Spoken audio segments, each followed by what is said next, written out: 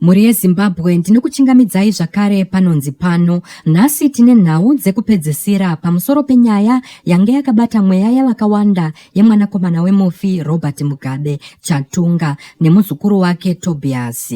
Mutongo wabuda uye zvinhu zvashanduka kuve manyama amire nerongo. Ndapota musakanganwawo kusubscribe, kufollowa nekulaikawo video rino kuitira kuti mashoko aya asvike kure. Dare reJohannesburg nhasi raturura mutongo waro. Bellarmine Chatunga Mugabe awanikwa aine mhosva dzekunongedza munhu nepfuti pamwe nekutyora mitemo yenyika yeSouth Africa yeimmigration. Nekuda kweizvi, Chatunga atemerwa faindi yemari inoita 600,000 rands, inova mari inosvika $33,300.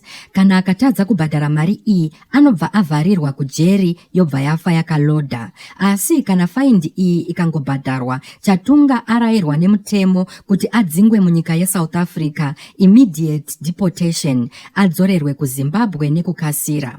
Tiri ipapo, mitoro yese inorema yawira pamuzukuru kana kuti cousin yake yaChatunga anonzi Tobias Mugabe Matonhodze.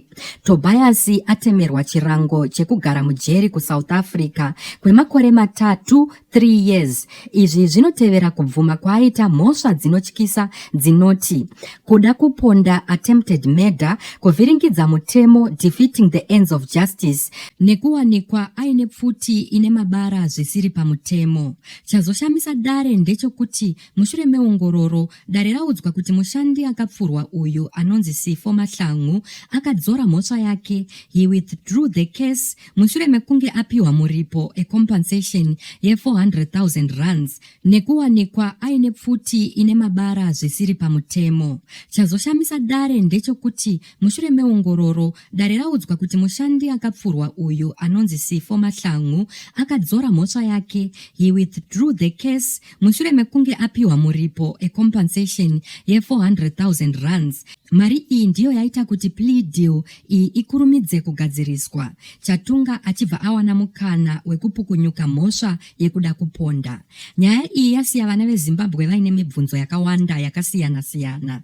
Kuti kosei Tobias ari iye akatakura jeri rose ari oga? Ane mhosva here zvemashuwa, kana kuti mari yaamai yashanda kuti Chatunga adzoke kuHarare ari mupenyu? Zvakare vamwe vari kubvunza kuti kasi dare ratengwawo here zvakare? Ngatisanganei mucomment section muchipawo pfungwa dzenyu nemaonero enyu panyaya iyi.